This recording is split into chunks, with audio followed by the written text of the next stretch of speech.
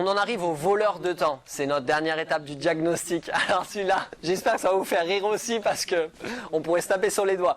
Mais on va identifier deux types de voleurs de temps. Ce qu'on appelle les voleurs de temps externes. Donc c'est-à-dire, vous savez, les gens qui nous prennent du temps, par exemple. Vous savez, ces gens qui nous appellent et qui nous disent écoute, je t'appelle, je suis désolé, c'est un peu tard. Est-ce que je peux te parler? J'aurais besoin de te dire quelque chose. Et là, vous sentez que ça, c'est les voleurs de temps externes. Donc là, on va en découvrir plusieurs.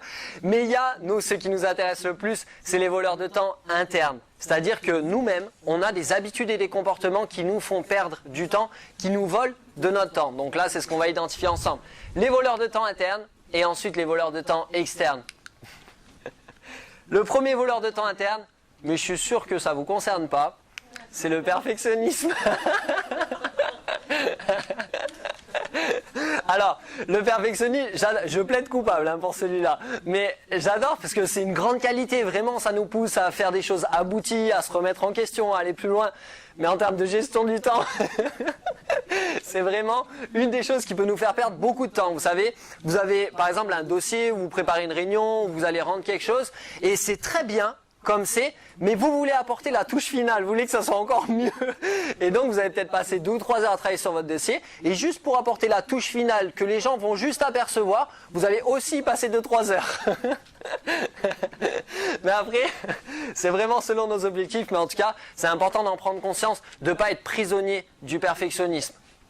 Par exemple, la conférence d'aujourd'hui, elle était prête, elle a été donnée plusieurs fois, les supports, ils existent, enfin, tout était très bien. Pour autant, j'ai repris toute une partie et j'ai changé toutes les images.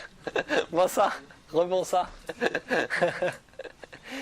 Et donc j'ai retravaillé pendant plusieurs heures sur la conférence, alors que j'aurais pu du coup faire autre chose, mais ça me faisait plaisir de consacrer ce temps-là à préparer cette conférence-là. Mais voilà, on va se rendre compte que le perfectionnisme, ça peut être un piège si on se sent obligé de le faire. Si j'ai l'impression d'être obligé, que ça soit parfait, pour que ça soit valorisable, pour que ça soit reconnu, pour pouvoir être aimé par les autres, pour pouvoir être satisfait de mon travail, il y a un moment donné, ça risque de poser problème. Si j'utilise le perfectionnisme quand j'en ai envie et que ça me permet de faire des choses abouties et que je suis satisfait de moi, mais si je le fais pas, par exemple qu'il y a un contretemps et que je peux pas le faire, je le vis bien quand même. Ça, c'est plutôt bien. Donc on va tendre là-dessus. Premier voleur de temps, le perfectionnisme. Le deuxième, c'est le manque d'organisation. Vous savez, c'est où c'est que j'ai mis ce papier? C'est pas vrai, où c'est que je l'ai mis? Et les infos qu'ils nous ont données, c'est qu'on perd en moyenne 1 heure par jour par manque d'organisation. Dans les entreprises, souvent, vous savez, à chercher des dossiers ou à dire mais qui c'est qui a traité ce dossier ou mais elle est où cette information? Donc vraiment, l'organisation, ça peut nous aider à gagner beaucoup de temps. Le troisième voleur de temps, le manque de planification. C'est-à-dire, j'arrive ma journée, allez, qu'est-ce que je vais faire aujourd'hui? Bon, alors j'ai plein de trucs à faire. J'en ai vraiment beaucoup. Bon, je me mets juste sur mon ordi, sur Facebook, je regarde un peu les nouvelles et puis du coup, ouais, vous voyez de quoi je parle? Parfois, quand on a trop de choses à faire, on n'a pas envie de s'y mettre. Du coup, on va faire autre chose. Mais cette autre chose, vous savez, c'est l'eau ou c'est le sable. Et du coup, ça va remplir notre vase. Et à un moment donné, on va dire, oh ben mince, j'ai pas pu faire ce qui était important. Bon, je le ferai demain. Ça, c'est ce qu'on appelle la procrastination. On en reparlera tout à l'heure. D'ailleurs, j'ai appris cet après-midi que le 25 mars, aujourd'hui, était la journée mondiale de la procrastination. Comme quoi, incroyable. On en parlera tout à l'heure. Comme quoi, le hasard fait bien les choses. Donc, manque de planification. Manque de planification, pour vous donner un exemple concret, c'est comme quand vous allez faire des courses sans liste. Vous repartez toujours, vous avez oublié quelque chose. Vous savez, si on planifie pas, alors on va découvrir les techniques pour planifier parce qu'on les connaît, les to-do list, les choses à faire et ces listes-là où on s'en sort plus, il y a des listes qui débattent. Donc là, on va voir comment utiliser ça. Mais planifier, ça va être un des outils qui vont nous aider à gagner du temps. Quatrième voleur de temps, la fatigue et le stress. Souvent, quand on est fatigué et stressé, on fait des erreurs. Et les erreurs nous font perdre du temps. Sans problème. Cinquième voleur de temps, c'est la difficulté à prendre une décision. Alors, les vacances de cet été, bon, je vais regarder encore ce week-end et je laisse passer du temps, je prends pas de décision et du coup ça traîne et ça prend beaucoup de temps, ça occupe mon esprit, c'est un dossier qui est ouvert, c'est du temps que je vais passer à fouiller tout un tas de choses. Parfois, c'est efficace de prendre une décision et de la mettre de côté, et de passer à autre chose. Difficulté à prendre une décision, ça rejoindra aussi tout à l'heure, on verra la difficulté à dire non, mais à un moment donné, ça peut être bien de prendre des décisions assez rapidement pour pouvoir être efficace et pour pouvoir clore les dossiers assez rapidement. Et laisser du temps à ceux qui en ont besoin, les dossiers. On en parlait, 6e voleur de temps, la procrastination. La procrastination, c'est le fait de remettre à plus tard avec une bonne excuse pour pas culpabiliser. Vous savez, c'est je dois passer un coup de fil important, je dois me mettre sur ce dossier épineux qu'il va falloir que je rende, et puis juste avant, je vais regarder un documentaire sur les aurores boréales en Islande ou sur la reproduction des hippopotames dans leur milieu naturel, ou un truc qui a rien à voir, mais qui me fait plaisir. Enfin, c'est tout de suite plus facile quand même d'aller faire des recherches sur des choses voilà, qui sont sans grande valeur, plutôt que de se mettre sur un dossier qui va vraiment être difficile pour nous. Je suis d'accord. Je comprends pas. 7e voleur de temps, le manque de rigueur. On va voir ensemble, mais parfois laisser déborder tout un tas de choses, c'est pas une bonne stratégie pour bien gérer son temps. Et là, alors sur la gestion du temps, c'est vraiment une conférence que j'adore parce que c'est des outils que j'utilise vraiment au quotidien, mais souvent les gens disent bon Gabin, bon bah t'es sympa, j'aime bien, choses comme ça, mais quand on parle de gestion du temps, les gens changent d'avis à mon sujet. Souvent ils disent non quand même là t'es un peu extrême quand même. Mais pour moi le temps c'est ce qu'il y a de plus important, donc le temps c'est important, il faut être rigoureux avec son temps, vous allez voir, mais vraiment la rigueur ça nous aide parfois à vraiment canaliser, à mettre des bornes, à mettre des limites et du coup à avoir du temps pour nous, à pas se laisser déborder par plein de choses. Autre voleur le temps, le manque de compréhension des informations. Ah, est-ce que tu pourrais me donner des réponses par rapport à ça? Du coup, on se fait un super mail, on y passe 3 quarts d'heure, recherche, rédaction, choses comme ça, on envoie et la personne dit « Ah non, en fait, c'est pas ça que je voulais plutôt que tu me parles de ça. » Bah, du coup, quand les informations sont pas claires, ou quelqu'un qui nous dit « Bon, bah, on va faire une réunion lundi après-midi. » Très bien, lundi après-midi, pour moi, j'arrive à 13h30 et en fait, la réunion commence à 14h30. Voilà, manque de compréhension, manque de clarté dans les informations, souvent nous font perdre du temps. Donc ça peut être bien de poser des questions avant pour s'assurer d'avoir les bonnes informations et pour pouvoir être bien efficace. Le manque d'ordre et de classement, on en parlait dans le manque d'organisation, le fait d'aller chercher des choses, le fait d'avoir un dossier au bureau, la fin du dossier à la maison, où vous savez, que ça ne soit pas organisé, pas regroupé au même endroit, et du coup de faire des allers-retours un petit peu de partout, souvent ça nous fait perdre un peu de temps. Et notre 10e, c'est la difficulté à dire non. C'est pas le plus simple celui-là. Est-ce que tu pourrais me rendre un service? Est-ce que tu pourrais juste traiter ce dossier? Ou est-ce que tu peux me rendre un service, tu pourrais aller faire une course? Ou est-ce que tu peux me rendre un service, tu pourrais faire ça? Et là, si on n'est pas capable de dire non, oui aïe aïe, ça risque de prendre beaucoup de temps. Ou j'aimerais bien te parler, mais j'en ai juste pour une demi-heure, est-ce que c'est bon pour toi? Ou là, il va falloir apprendre à un moment donné à dire non. Et pour moi, il y a vraiment une notion importante. Pour ceux que ça intéresse vraiment ce sujet, ça sera un nouveau sujet de conférence, sûrement que ça sera au mois d'octobre, c'est un des tout nouveaux, ça sera sur l'assertivité. L'assertivité, c'est la capacité à dire non, la capacité à mettre des limites, tout en étant très poli, très cordial et en étant apprécié des autres. Souvent, c'est la peur. Hein. Je veux pas dire non parce que j'ai envie d'être apprécié, d'être aimé. Mais difficulté à dire non, pour moi, il y a vraiment quelque chose à prendre en compte. Quand on a commencé à travailler sur notre gestion du temps, on peut dire non aux autres, mais parfois on se dit non aussi à nous-mêmes. Vous savez, quand on se dit « Ah là, je vais me prendre ma soirée et ça va vraiment être chouette ». Et quelqu'un vient et nous dit « Est-ce que tu peux me rendre un service, tu peux faire une course par exemple ce soir ?» Ou « Est-ce que tu peux prendre ce dossier ?»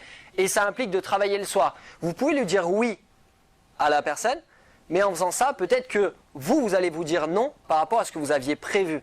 D'accord ? Et souvent, c'est le fait d'être en sens unique, c'est-à-dire d'être incapable de dire non aux autres et tout le temps se refuser tout un tas de choses. Donc l'idée, c'est pas non plus de dire non à tout et de simplement satisfaire ses besoins et ses envies, mais ça va être de pouvoir être en capacité de jongler avec les deux, d'accord, quand ça nous est important. Voilà nos voleurs de temps internes. Toutes ces petites choses, c'est des choses très simples au final qu'on retrouve beaucoup au quotidien, qui nous font perdre un petit peu de temps. Et nous, on va voir les outils et les concepts pour pouvoir supprimer ça. Et on découvre ensemble les voleurs de temps externes. Et donc les voleurs de temps externes, on commence avec les appels téléphoniques imprévus ou trop longs. Vous savez, quand le numéro s'affiche, que vous voyez quelle personne vous appelle et là vous dites « Oh non, je décroche pas ». Mais il y a un moment donné, il faudra quoi qu'il arrive la rappeler ou alors il faudra être en capacité d'assumer les conséquences de vos actes.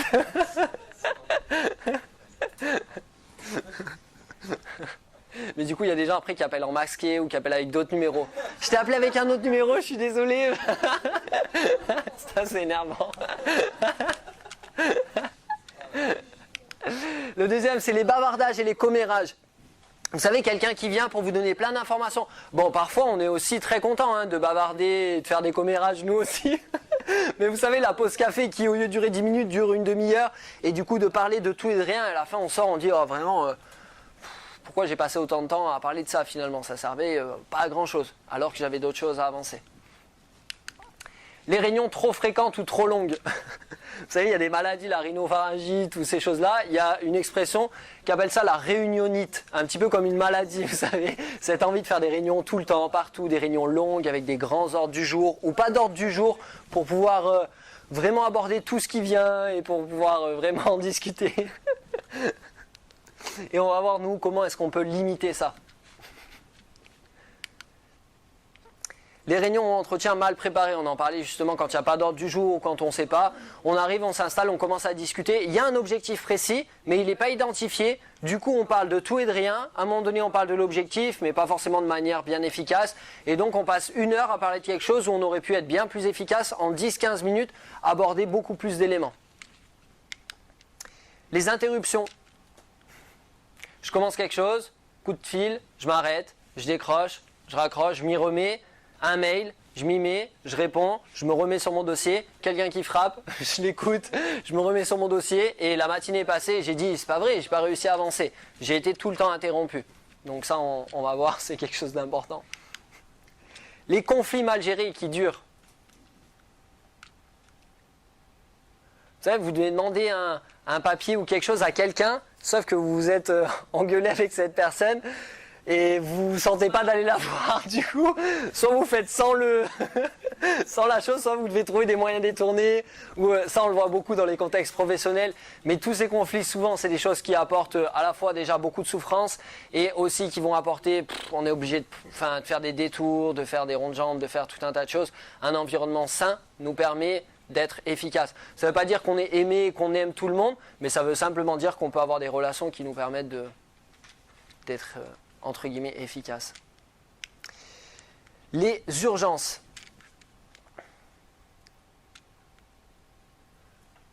Je dois faire un dossier important pour dans 1 semaine ou 2 semaines, et puis arrive quelque chose sur mon bureau que je dois rendre pour le soir même ou pour la réunion de l'après-midi. Et du coup, c'est le côté, je voulais bien travailler sur mon dossier, mais il y a cette urgence-là. Donc le dossier, je le ferai plus tard. Sauf que quand on dit qu'on le fait plus tard, souvent, si on donne priorité tout le temps aux urgences, on va retrouver ce dossier important comme une urgence à un jour ou le jour même de le rendre. Et ça crée du stress. La zone de stress, c'est quand on doit faire des choses importantes pour nous, qui a un fort enjeu et qu'on est dans l'urgence. Et ça, souvent, c'est des choses qui nous embêtent. Les imprévus. Des choses qu'on n'avait pas du tout programmées. On a fait une super conférence sur la gestion du temps. Du coup, j'ai planifié ma journée de A à Z. Et puis, le matin, fuite d'eau chez moi. Ou vraiment l'imprévu.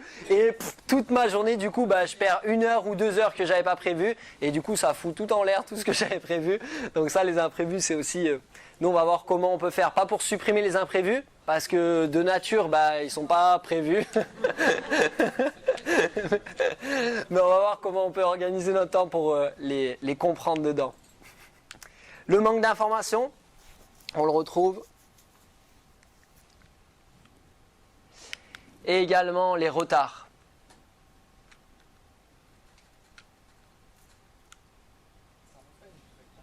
Ça en fait pas mal, hein. Et donc justement, vu que ça en fait pas mal, l'idée, c'est pas forcément que vous preniez tout en note. Bon, maintenant, je vous le dis maintenant, désolé, il y en a qui ont tout pris en note. Mais c'est que vous puissiez, bon, au moins vous l'avez. Mais c'est que vous puissiez identifier, vous, quel serait un peu votre top 3 de voleurs de temps. Vous savez, là, ça nous en fait, je crois, 10 et 10 sur ces 20-là. C'est quoi finalement les 3 voleurs de temps qui vous prennent le plus d'énergie, le plus de temps, concrètement. Et donc, une fois que vous avez identifié ça, quand ils viendront frapper à votre porte, vous allez tout de suite les reconnaître et vous allez dire, toi, je sais quitter. Et donc, vous allez pouvoir faire des choix, prendre des décisions et vous organiser différemment.